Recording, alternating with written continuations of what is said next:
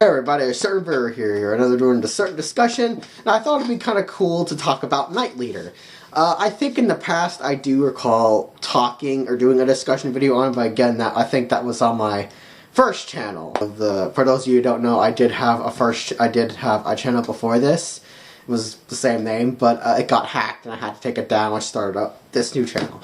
But yeah, back in the day, I wasn't really that great.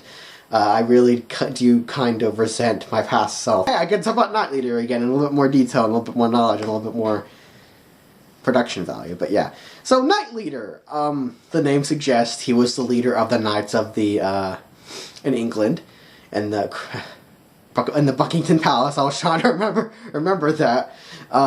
He's pretty cool. He's a very gentlemanly fellow. You could call him a butler, but he was more of a noble in a sense. He was very, as I said, gentlemanly. He acted kindly. But of course, the dude can pretty much pound you from any freaking direction he wants to. The dude's super tough. He can get really mean and serious when he really needs to be. A great example of this was when he fought Kanzaki, and Kanzaki went down like that. Like in an instant. She used her first flash and her 7 flashes, and that didn't do anything, honestly, to him. Knight Leader was just so fast. I think it was because he was blessed by the Cortana original. Like, Carissa did something to him, and that made him really fast. I can't really recall. I don't know if it was his sword either that made him fast. I think it was his sword that kind of affected his body, but whatever. But yeah, his sword. Hrunting. I think I'm pronouncing that right. His sword is the legendary sword that Beowulf possessed. And I guess Beowulf is an actual canon person. And Index, I guess. Index is really weird with its mythology. It's like, I love how all of a sudden you'll have this legendary weapon, like, oh, here's Damocles' sword being wielded by Lore. The Gungar, I think that is an actual Greek mythology weapon wielded by Odin. And I just always thought it was kind of crazy how these weapons would just pop up out of nowhere, and then all of a sudden, oh, they're not a big deal anymore. Okay. But yeah. Knight Leader's sword, Hrunting, is a pretty cool sword, I'm not gonna lie. It does boost his speed. I think I do recall it actually enhancing his movements. It's pretty versatile and pretty deadly. It's not as functionable as Ascalon, where Ascalon can just bend into a spear, into an axe, and stuff like that. It is where it essentially... the design itself I always thought was pretty cool. It looked like a sword, but it kind of looked like a demon sword, which I guess kind of fits with the whole Beowulf legend, the whole Beowulf thing.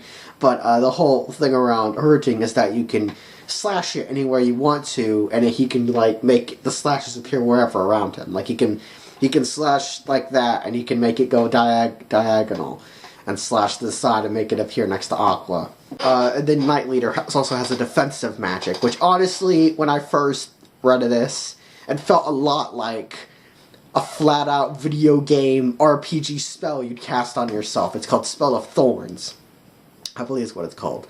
And essentially it lasts 10 minutes, and it's like essentially unbreakable armor. Like when someone raises an attack against you, their attack turns into 0, like momentum-wise. Like you shoot a bullet, you swing a sword, the momentum will go off, and it'll just hit you. I don't think it'll do any actual physical damage, so yeah. Knight Leader is pretty beast, if you really think about it. And on top of that, I think Hrunting, when you slash it, also automatically hits vital points, like it targets them, and it's also indestructible, and it can slay monsters, and it's a pretty awesome sword. But yeah, Knight Leader, as himself, is pretty cool. He conspired with Carissa to overthrow the government, I think it was the government of the British. It was it was a long time ago, and I remember this, so I think it was to overthrow the queen or the government overall against, from a coup d'état, But yeah, he'll do pretty much anything for his country if it's along his beneficial. He's really strong-willed, really forthcoming when it comes to that kind of thing. He has one of the best fights in the series, honestly, when he fights against Aqua. If anything, I'm excited for that in Season 3, when Aqua and Knight Leader just go at it.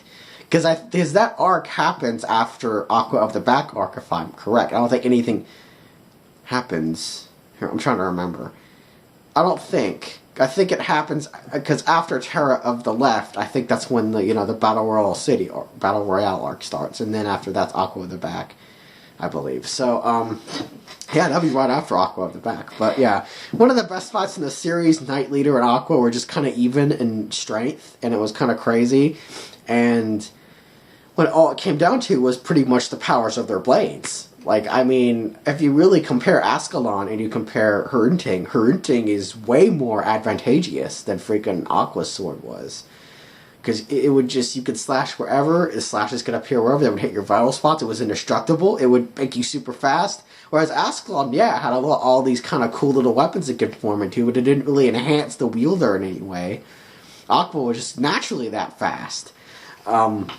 So yeah, but in the end, Aqua did end up winning. Yeah, the fight overall was really cool. We see Knight Leader again, I believe, in the Toma vs. the World arc, where he's just kind of on the side, just helping Aqua, and he didn't really do much in that aspect, but yeah, I believe he was also in the Gremlin arc when Lady Othnius, as he called her, did something, and it was with this Gungur, the spear. It's been so long. But yeah, it's hard to remember everything all at once. I'm not that acknowledgement on Index. I know the simplest of things, and for some reason I know a lot of weird things, but when it comes to the flat out just science in the science and magic in the magic, like, mythologies I can get around because that's interesting, but science and the science side, it's just numbers, math, come on, I'm starting college soon, do I really need to freaking explain? But yeah, Knight Leader overall I thought was always a cool guy. If I were to compare him and Aqua,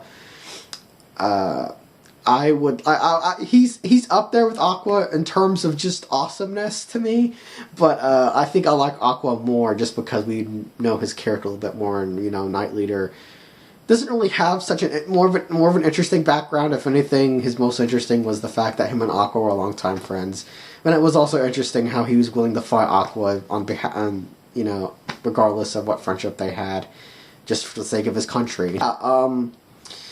Knight Leader. I would think he would appear back in the story sometime soon, considering Alistair's clones are still waging war on a bunch of multiple magical places. I don't know if that stops by the end of this current novel, because I still haven't got through it yet. But yeah, I would imagine maybe and then the epilogue, at least, of this, or next volume, is when we get to see the multiple magical societies getting attacked by his clones. Maybe we'll see Knight Leader do something with her routine. For those of you that are curious, the next major video will be coming up next. Here's a sneak peek of it. For those of you that are wondering why I'm doing the reviews like this, not doing consecutively like I usually do, the first reason is because I get really bored if I keep doing the same thing.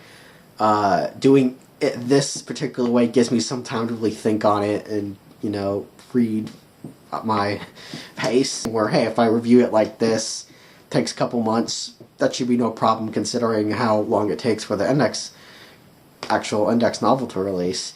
Maybe by the time I get done with this, the next one will be announced, and won't be that long. So hey, I mean, at least that way it would keep me on my toes and keep me, busy in a way. But and the second reason is because I really like differentiating myself. I want to do different things besides reviews, and I like doing these crazy other videos. I'm trying here, so please leave suggestions down below if any video ideas you have, or because I do plan on doing other light novel reviews in the future. I plan on reviewing some of Kimichi's one-offs. I thought that'd be kind of a fun idea to do, and I also have a plan of reviewing Zawashi no Intellectual Village.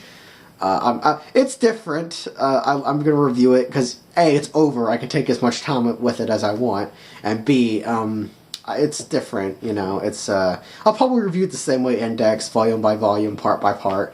Whether that's a good or bad thing, I think that's more of an easier way for me to do it, because I feel like if I review the whole thing in its entirety, after reading it, I feel like my brain would explode. I have tried that with the next multiple times, and I have failed a lot, and I really hated those videos I did. I feel like doing it chapter by chapter, taking my time with it, making it as enjoyable as possible is a lot more better experience for all of us, trust me. But yeah, leave your thoughts down below, any novel ideas you have for me to review, anything you want me to do, leave it down below. I'm always happy to hear criticism and or harsh criticism towards my channel. I welcome it all. I want to know what I'm doing right, what I'm doing wrong. But of course, if you're just going to say you suck and without leaving an explicit reason of why I suck, then I'm probably just going to ignore it. But yeah, next video, be fun. Should be done sometime. I don't know. I don't have a date for these things. But yeah, catch you guys later.